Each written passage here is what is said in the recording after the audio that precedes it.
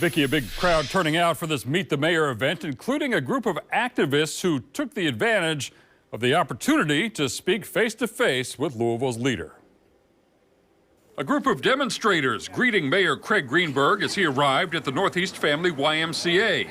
Racial justice activists concerned about the Department of Justice investigation and its scathing report on the Louisville Metro Police Department. This was their chance to express their views directly to Mayor Greenberg. And once inside the mayor's night out, they got it. A one-on-one conversation to demand reforms within LMPD. It's not new news, right?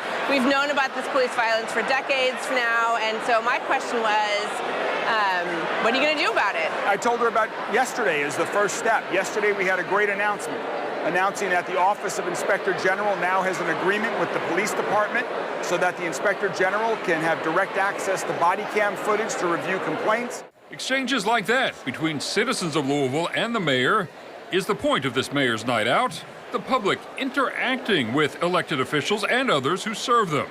Even the social justice activists seemed impressed with the mayor's effort. I do note that I think a lot of the people that he's brought from his different departments are the heads of those departments. Very often at an event like this, you might get a staff level person who doesn't really have that decision-making power, so I think that speaks a lot. But as I also mentioned to her, I think it's important that we have conversation. Even if people don't agree on every issue, I'm confident there's more things that we agree on than disagree on. So, did the mayor actually win over the activist who wants to abolish the police? Well, that might be a stretch, but she liked what she saw. It looks like he's still talking to folks, and so I will give him that credit. This was the first of 4 community meetings with the mayor. The next is scheduled for the South Louisville Community Center, and that'll happen in May. Reporting live in the studio, Randall Cam, WLKY News.